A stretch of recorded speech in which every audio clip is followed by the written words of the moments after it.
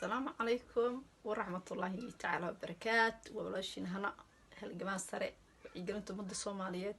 ما شاء الله أتكبرتين ومضي وحيدين لي رمضان كريم رمضان مبارك وإن أنا قاعدنا وقت يقيمها بدن بيش بركيسنت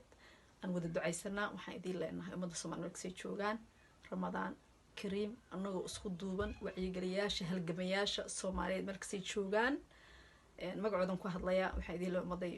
maday Ramadan Kareem oo farxad noogu sooma oo idin jecelnahay Ilaahay Ramadaankiisa kale nabad iyo baraare iyo bashbash iyo Soomaali is jecel iyo dhulkeeno nabad ah qabiilkoo naga aasmo qurunkoo dhamaado badeeno soo noqoto ciideena aynu hanano insha Allah taala ciidankeeno dhisano cadawgo jabo insha Allah hal duceysto Soomaali in badan way dhibaatood way rafaaday Soomaaliyeed iyagii isku soo jeediyay hal ducey bisha Ramadaan qeyrkeeda مضيدو قلبي جود السليمة سو قلبي حارن استعل جمعها يسقبصدا حماها إلهي كنظيفية أدونك وحوا ولا جت جاي أدونك وهل متر سمعني محمد هل متر سيد الله ده ما هذا وأركيس عذرك إلهي هنجني شيء وإفرد يدون وقفك تمر بحساد مجرنيسد بركة إذا أدونك ساعة وصفر إنه كنا هاي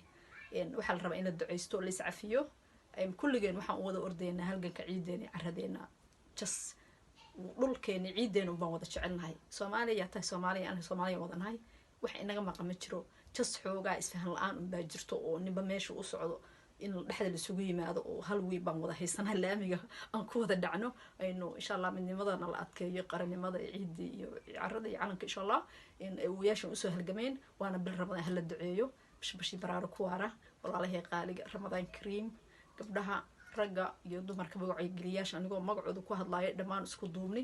waxaan idin wada leenahay shacabka Soomaali bashbashi baraaro ku sooma Ramadan Kareem Ramadan mubaarak qeyr baa idin rajay assalaamu calaykum madaxda shacabka dhamaantiin ummadda Soomaali oo idil bashbash ku waara idin leeyahay Ramadan Kareem oo Ramadan mubaarak walaashin hana halgan idin leh farxad ku sooma assalaamu calaykum wa rahmatullahi wa barakaatuh